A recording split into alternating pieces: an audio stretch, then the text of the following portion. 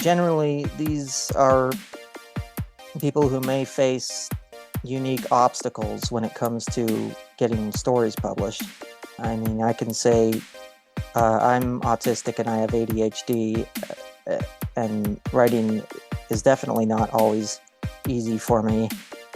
So I wanted to make a call that's for all the neurodivergent people like me who've struggled to get stories published. Like, okay, well, here's a call that says this one is for you. Like, non-neurodivergent people aren't allowed to submit. It's an anthology for neurodivergent people to share their unique perspectives on the world. And also, I think those perspectives can be really valuable to have shared. I hope readers will enjoy the opportunity to read those.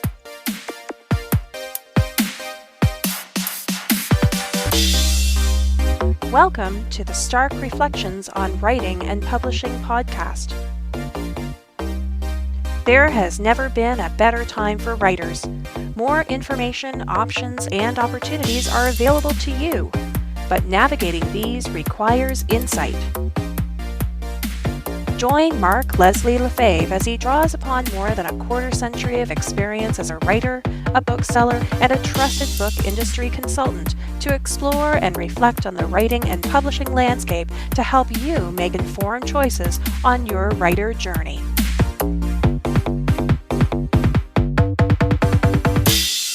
Hello, Reflectives, and welcome to episode 307 of the Stark Reflections podcast. This is your host, Mark Leslie Lefebvre.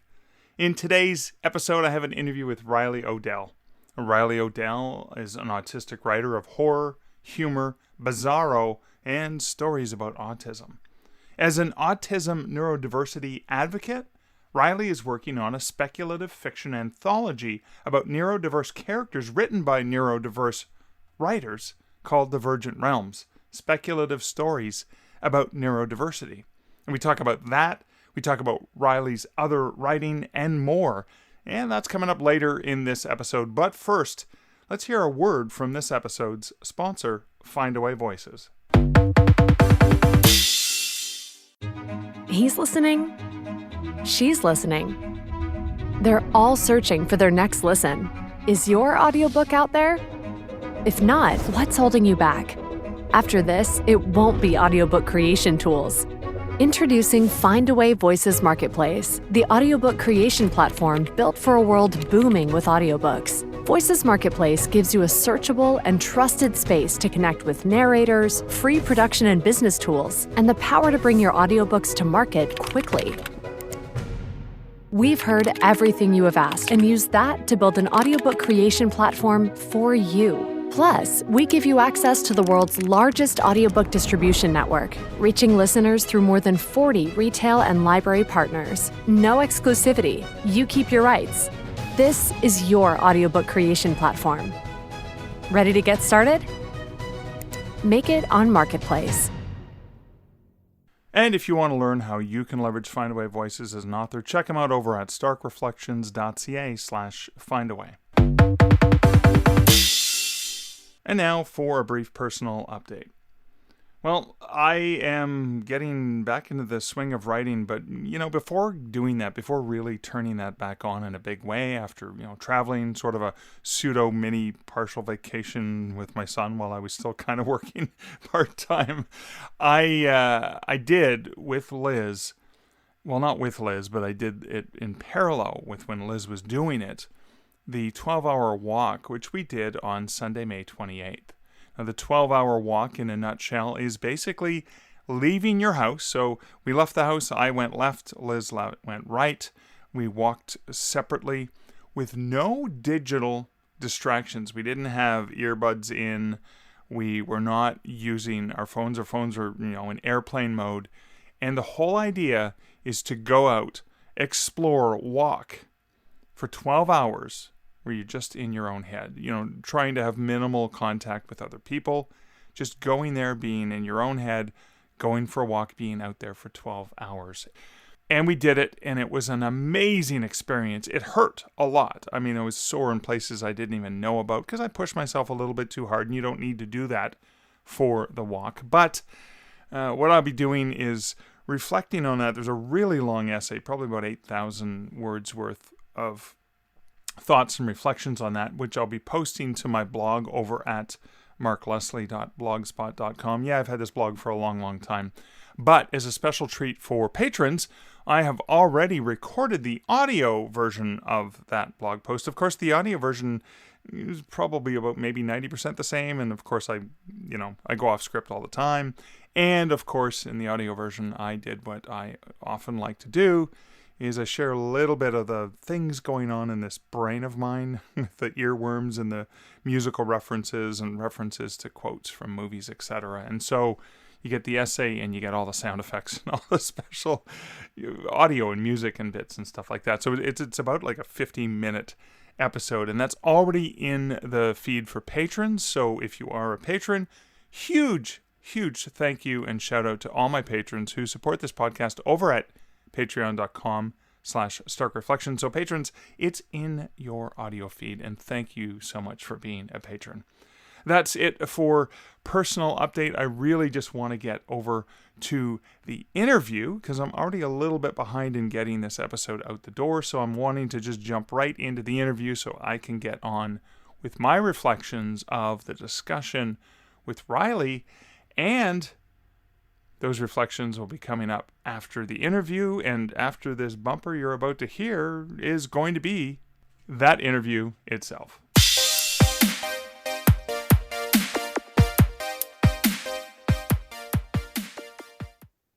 Hey, Riley, welcome to the Stark Reflections podcast. Yeah, thanks for having me. So let's get in, before we get into the topic at hand, let's talk a little bit about your background as a creative person, as a writer. Sure.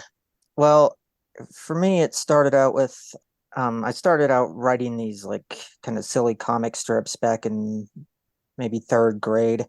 And I was sort of inspired by newspaper comics back then, like Garfield and especially Calvin and Hobbes. One of my favorites, Calvin and Yeah. Hobbes.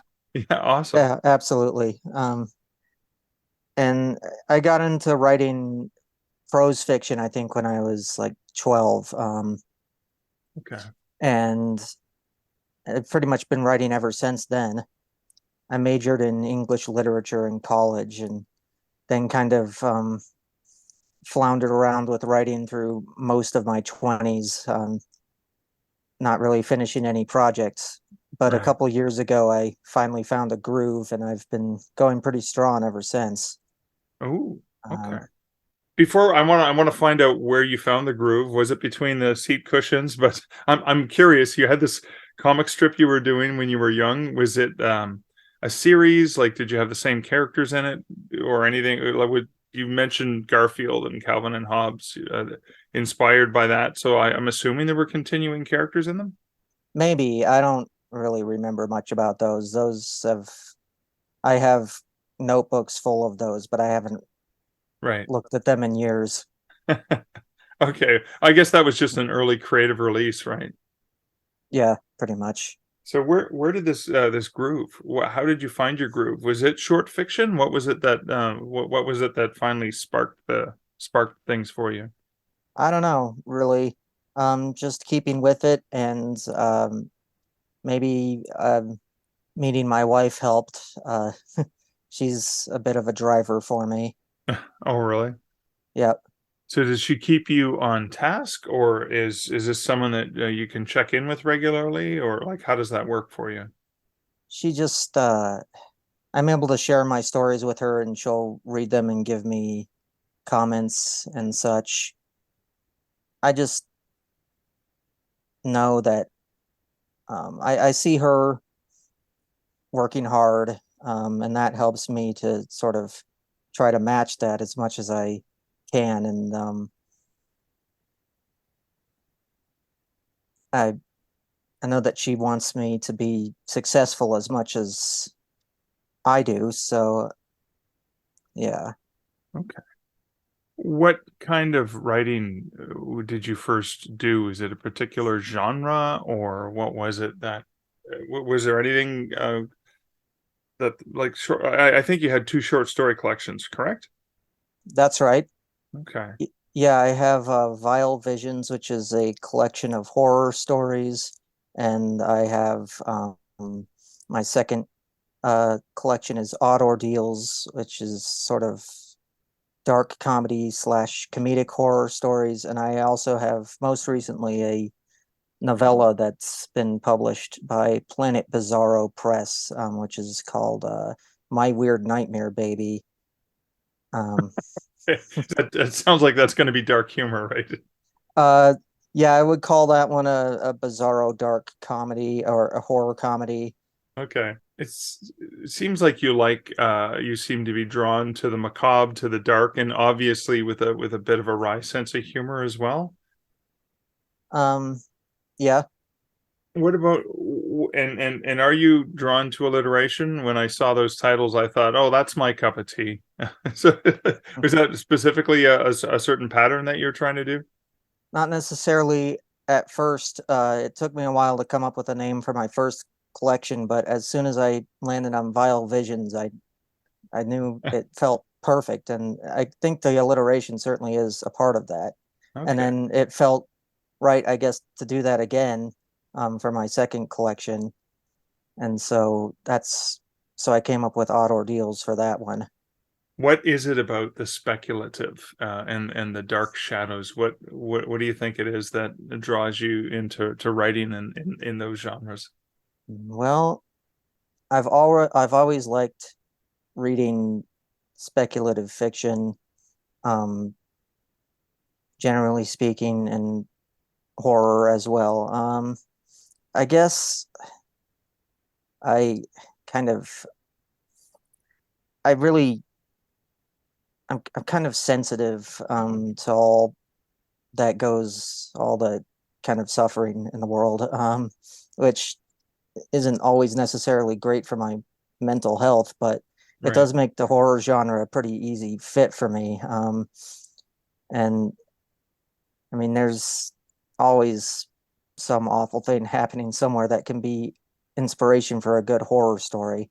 Mm, I think Vile Visions can kind of be looked at as a collection of stories about things that scare me or things that kind of make me sick to think of, I guess, in the world, and sort of conveyed through a variety of subgenres. Like there's kind of existential horror, psychological horror, weird horror, even some comedic horror in there.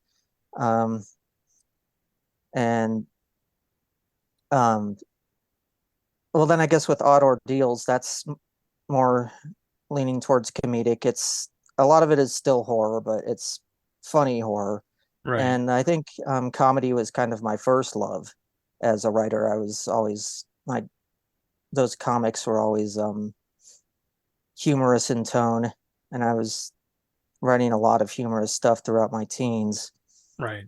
And I think the way I look at it now is that comedy is kind of like uh, comedy and horror kind of work together as two sides of the same coin. Like horror is one way of looking at sort of how messed up the world is, and comedy through satire can be another. And I guess so.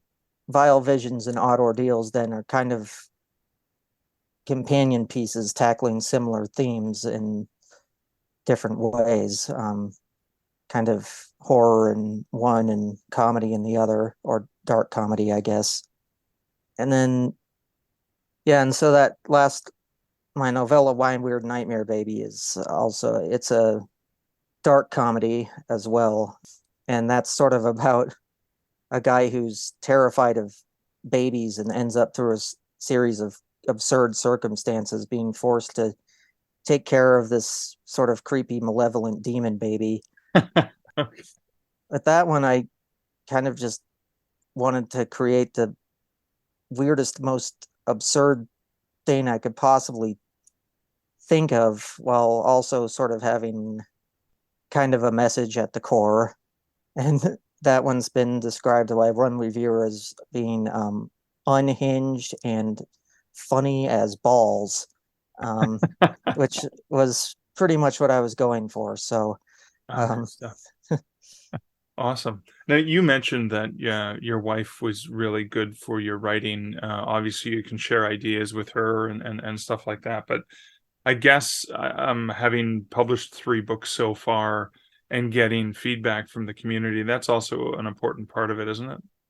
Yeah, I think the momentum only gets stronger as I release stuff and start to see how people are enjoying it.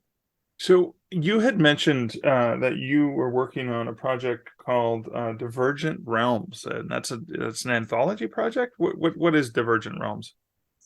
So, Divergent Realms is an anthology of speculative fiction stories about neurodivergent characters written by neurodivergent writers. Okay. And I guess how I was inspired to come up with that was a while back. I was looking for open submission calls to submit my own stories to, and had this realization that there are a ton of calls out there that are exclusive to submissions from primarily people of color, women, and the LGBTQT community. And all of that is great. And I think those types of calls are important. But as I was looking, I felt like, one particular minority population was being left out in these types of exclusive calls, and that's neurodivergent writers. I guess I don't think I've ever seen a call where the guidelines said this is for neurodivergent writers only. And I think maybe this type of call is important because people who are neurodivergent, which can mean a variety of conditions, autism, ADHD, OCD, PTSD.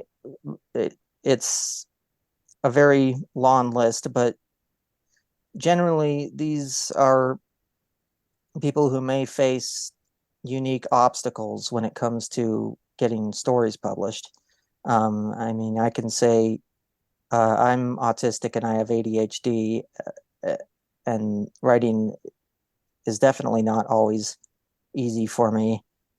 And I can't even imagine being, for instance, a dyslexic writer and the challenges that comes with, just as an example. So I wanted to make a call that's for all the neurodivergent people like me who've struggled to get stories published. Like, okay, well, here's a call that says this one is for you. Non-neurodivergent people aren't allowed to submit. It's an anthology for neurodivergent people to share their unique perspectives on the world. And also, I think those perspectives can be really valuable to have shared. And I hope readers will enjoy the opportunity to read those. That sounds great, actually, because I can't say I've ever seen a call for submissions for that group of people, and I love that it's a diverse group of people. With neurodivergence is quite a broad, and you mentioned a whole bunch of different things like PTSD as well. So I guess the question that I have is how do you ensure that the people who are submitting, is it self-diagnosis? Is it some sort of, clinical or medical diagnosis? Or, I mean, can somebody just say, well, I tend to have ADHD tendencies, therefore I'm going to submit. You know what I mean? I would want, for the purpose of diversity and inclusivity, I would want to make sure that a non-neurodivergent person doesn't sneak their way in. Or how do you deal with something like that? Well, self-diagnosis is fine. I wouldn't ask anybody to give proof of an official diagnosis of anything. There are a lot of self-diagnosed people in the community, and as long as I just want to have people send me a cover letter and their email with their submission, talking about uh, how neurodivergence applies to them. Um, and I guess it's kind of going to be a bit of an honor system kind of thing. I don't think there's any way that I can tell if somebody's lying to me or not. I just hope people will be better than that. Yeah. If they send me a story, if they tell me they're autistic at least, and they send me a story that completely gets autism wrong, then at least then I'd be able to tell that they're full of it. But Right. I wouldn't be able to tell so easily with conditions that I'm not as familiar with. Right. So we know what community of writers you're looking for in terms of their own personal background and who they are. What else are you looking for in terms of guidelines? Is it particular? Is it speculative fiction, or is it multiple genres? Like, what are you hoping to get for the anthology? Yeah, so I think I'm looking for speculative fiction, broadly speaking, science fiction, fantasy, horror, or subgenres Right. thereof. Horror, probably a bit of a harder sell for this one. I'm not looking for anything that's too dark. I'm kind of going for a kind of a PG-13, I think, Right. I want to make this accessible to a lot of different readers. Right. That's that's what the Writers of the Future does, is their submissions requires a PG-13 because they want it available to a broad audience. Mhm. Does neurodivergence need to be an element of the story, or is that just for the writers themselves? So let's say a neurodivergent writer has a story that has nothing to do with autism or ADHD or PTSD or whatever. Is that okay for submissions? So I want stories that feature neurodivergence in a major way. I mean, Okay. most likely that would be the protagonist of the story having some neurodivergent condition. Okay. But yeah, that's what I'm looking for there. Okay. So when is this anthology open for submissions? When does the window close? And of course, the important thing is for my listeners who may be interested in submitting, where and how can they find out the details on where to submit? Okay, so I'll be accepting submissions starting on June 1st. Okay. I'm looking for stories between 2,000 to 5,000 words, and we'll be paying 6 cents a word. Wow. And That's like pro rates. That's awesome. Wow. yeah, I should be able to do that though. Okay. And as for where there are further guidelines, they are not online yet, but submissions can be sent to Divergent Realms anthology at gmail.com. And the guidelines, I know they'll be coming up. I sent them to horrortree.com, and they'll be coming up on there Okay. in a few days. All right. And then if you can be so kind as to send me a link to that, what I will do is in the show notes for this episode, I will post the links, just so people can more easily find them. Since sometimes my Google skills aren't all that all that necessarily sharp. I like being able to just find a nice link and click on it. Okay. Yeah, I'll do that. Awesome. So are you working on this anthology with anyone else? Are you the sole editor? And I mean, you're footing the bill and for payment, and obviously it's a significant amount of work. That's like way beyond just writing. How's that going for you so far? Everything is going well so far. I'm probably going to be asking my parents actually if they can help with some of the funding. They've always been very generous with helping me with this kind of stuff. Right. And they are the founders of a very successful brewery here in Fort Collins, Colorado. So they have a fair bit of money to be able to help out with Right. this sort of thing. So I do think I'll be able to get help from them. Worst case scenario, I would pay for it all myself, and um, am able to do that. Right. You said they were a founder of a brewery in Fort Collins. I've been to many of the breweries in Fort Collins, and you just touched upon a soft spot in my heart. Which, are you okay to say which brewery it is? Oh, sure. That's Odell Brewing Company. Of course, your last Um, name. Oh my God, I love Odell. Sorry, it's just a fantastic brewery. Okay, I nerded yeah, out a little here. Sorry. it it certainly is. Yeah. Um, and I'm also going to be doing some work with Melissa Dalton Martinez at the book break.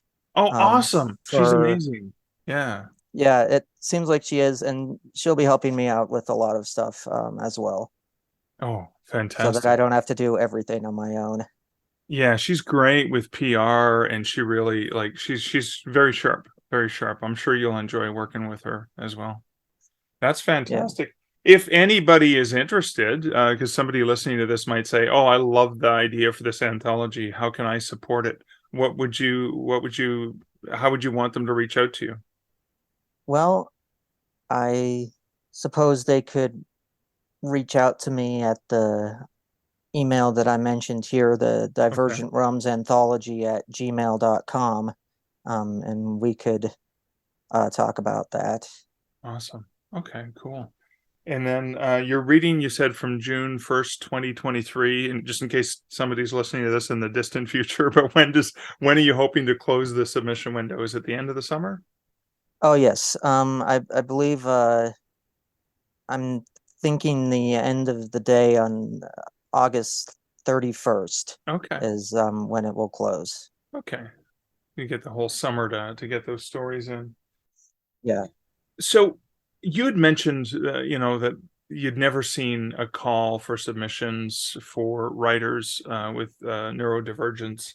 I guess is the audience for readers who are looking for stories of people like me, or is it just in general to help other people understand the perspective that's not often shared as a main character, not often shared potentially in a positive fashion. I imagine there's numerous reasons why you want to put that together. Yeah. I mean, I do hope maybe it could be, it could end up being something that's enjoyable to anyone who enjoys speculative fiction in general, but especially sharing those different perspectives with people maybe who haven't encountered those in fiction before is definitely maybe the most important aspect of the whole thing to me. Excellent. And I'm assuming this book is going to be available in ebook and print at the bare minimum, right? That's the plan. Okay, cool. And what are you expecting the release date? Like you got to buffer in all of the reading and stuff like that. Is it like a 2024, 2025 release? Um, I'm I'm currently thinking kind of spring 2024 window. Okay. Um, can't say more specific than that. This is the first time I've ever done anything like this. I'm sure I'm going to encounter a lot of um, unexpected uh, obstacles along the way. So I'm just saying spring 2024 for now. Okay. I guess you've submitted stories to different markets over the years, I'm assuming. I have. Is there something I remember the first time I edited an anthology, one of the things I wanted to be able to do as an editor that I appreciated when I received it as a writer is even if the story wasn't going to work for me, I wanted to make sure I at least left some sort of comment for the writer that ensured they didn't give up. Even if that maybe they weren't ready, maybe this could be rewritten several times and be more solid, or maybe the something about the ending didn't work, or whatever it was.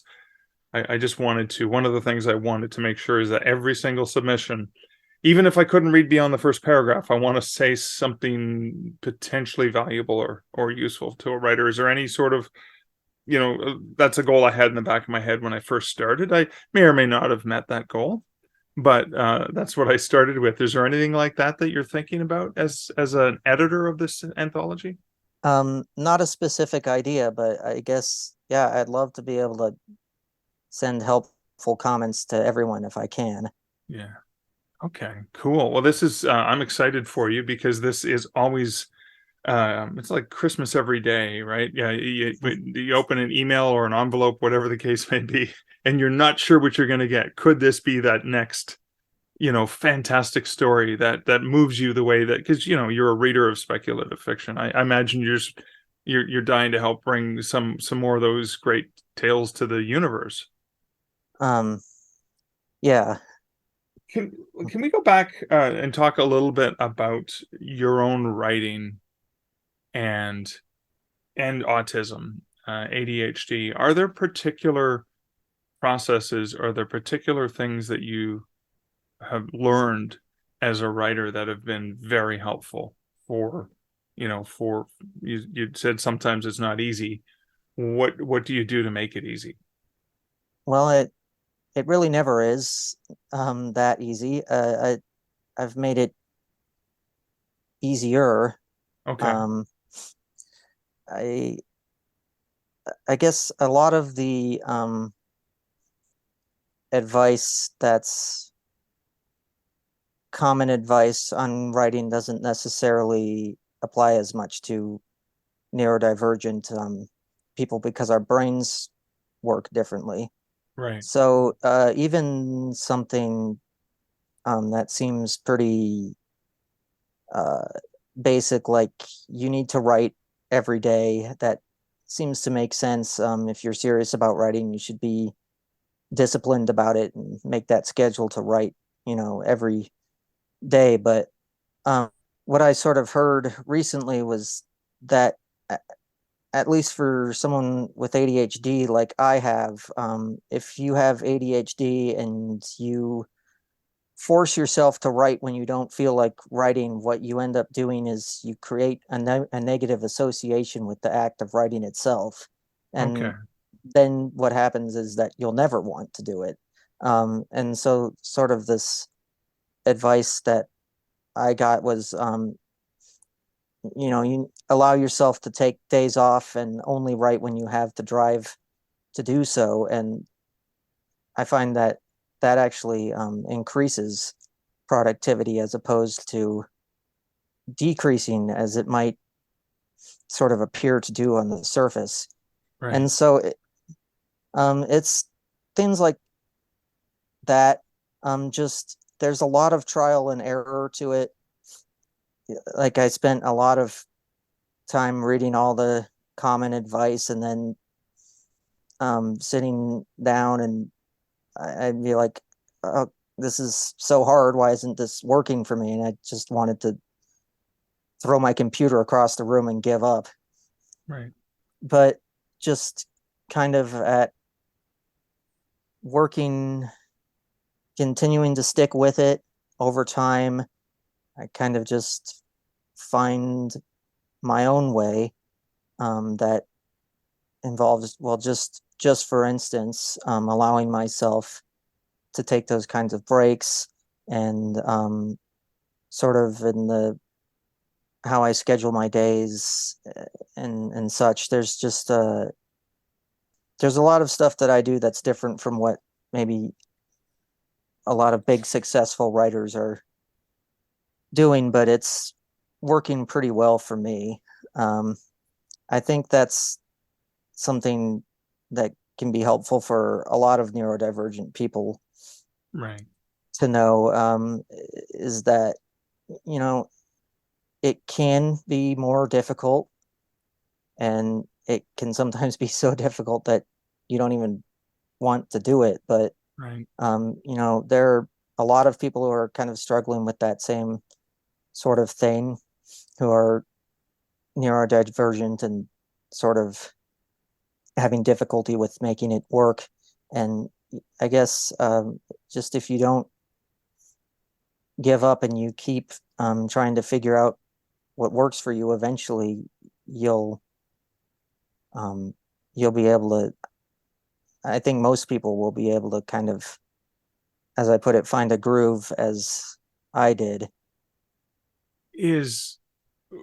I think about something like, okay, I'm working a full-time job. I'm trying to do my writing on the side. So, Saturday morning from 9 a.m. to 11, I have in my calendar, I'm going to get some writing done. But Saturday shows, it's great. It's in my calendar. I'm happy because I've learned that scheduling things is supposed to be something writers do. But Saturday at 9 a.m. rolls around and it's not working. So you're saying that you've given yourself permission to say, that's not the end of the world. I'm going to do something else, because forcing yourself to write, you can actually, it's like exercising and hurting yourself potentially if you continue to exercise when it's a painful thing. I don't know, like it's kind of like, don't push through the pain. Give yourself permission to not have to do it at that time. It's probably going to work better for you, right? Instead of 2 hours of frustration getting nothing done, when it hits me, when it's better, is going to work better for me than trying to push through. Is that the kind of approach that you take? Yeah, it's pretty much just like that. Okay. It's interesting. I'm learning a lot about myself as we're talking because I have a little calendar entry for every single morning as dedicated to writing, but I realize I'm maybe only doing that two or 3 out of 7 days. So something in my body is like, nah, not going to happen today, bucko, even though it's in the calendar.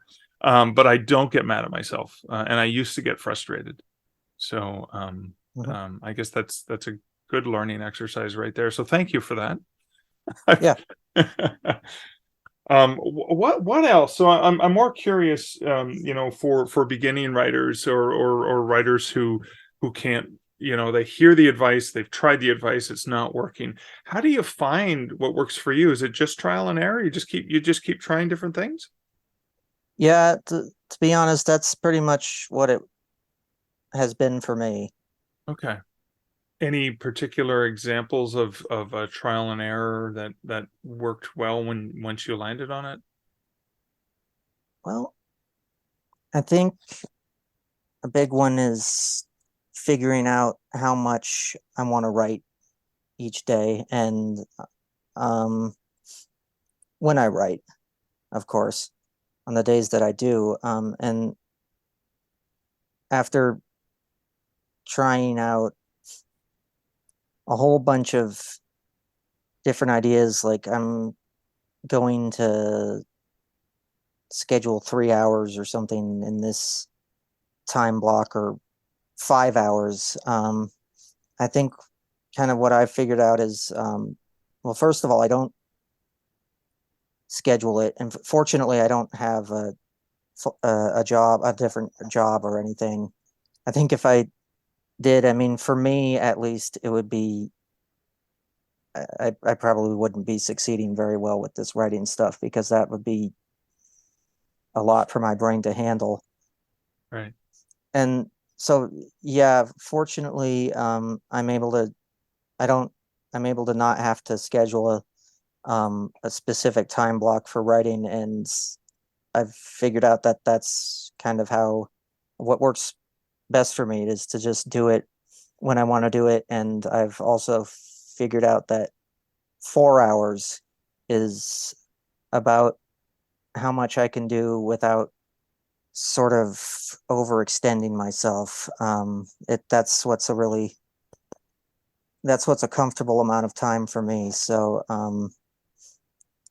yeah, I think those things. Uh-huh. I'm not thinking of anything else off the top of my head, really. That's okay. I was sort of as we go to wrap up, for any beginning writers out there, you've got a few books under your belt. You're now taking on this editing project, this new anthology. For beginning writers out there, what's some sort of advice that you would love to share with them or offer to them about the writing journey itself? Yeah, I'm still fairly early on in that journey myself. I think really not giving up and figuring out what works for you are some of the most important things that you can do if you're serious about wanting to be a writer. Okay, cool.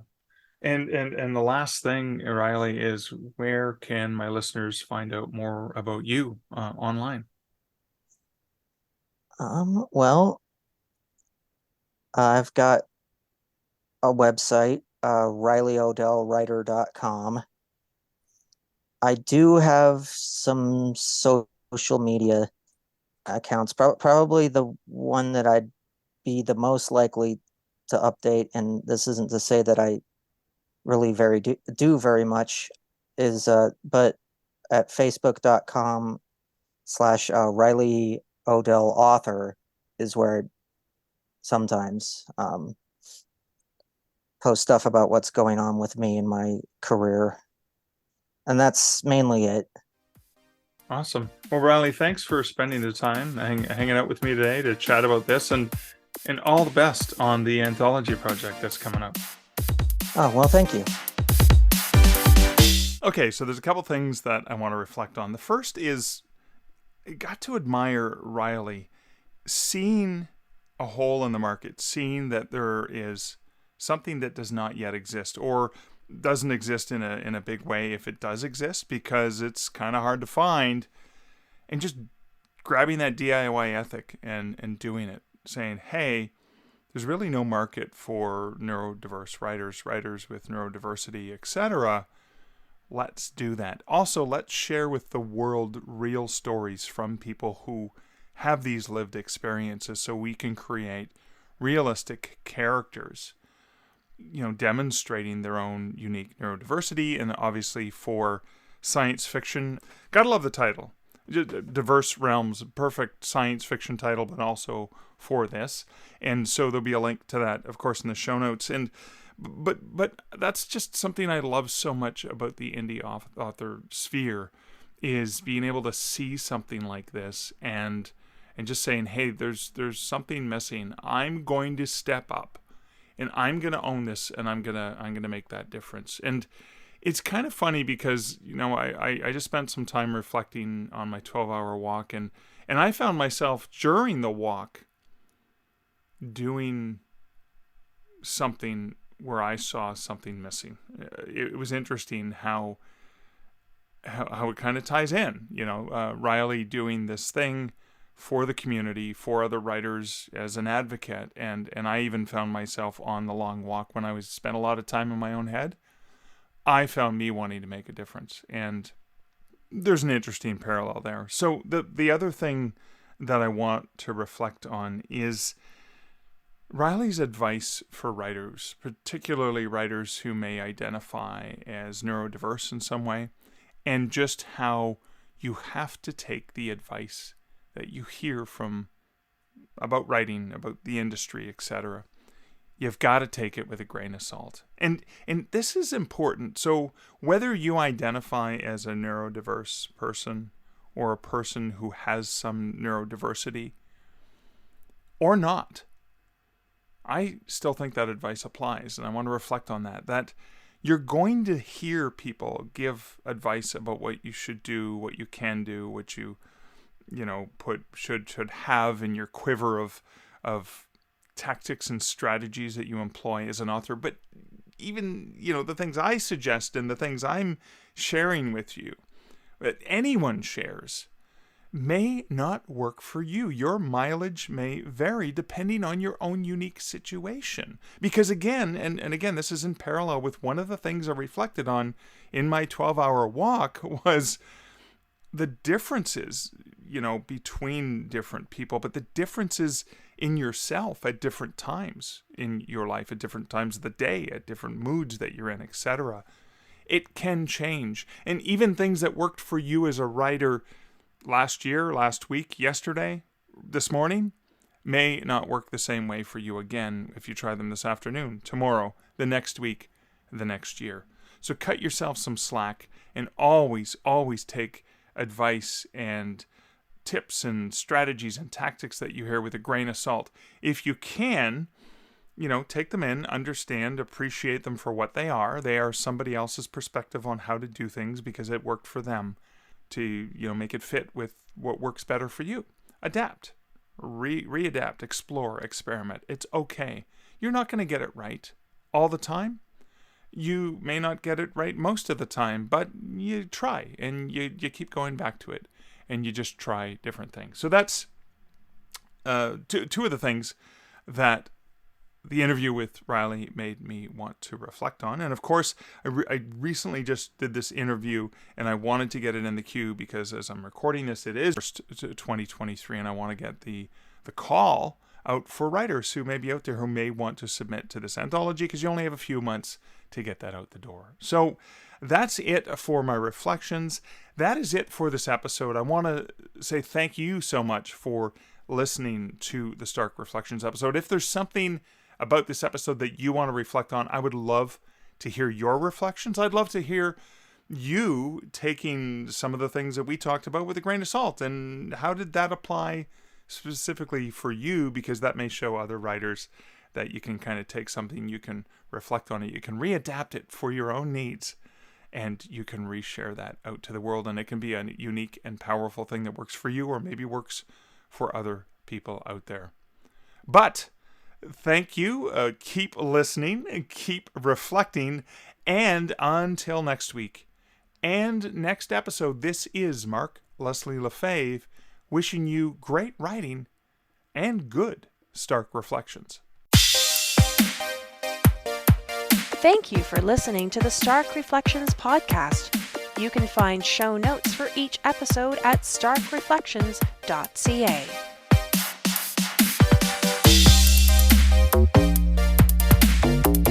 The music for this podcast, Laser Groove, was composed and produced by Kevin MacLeod. Check out more of Kevin's great music at incomptech.com.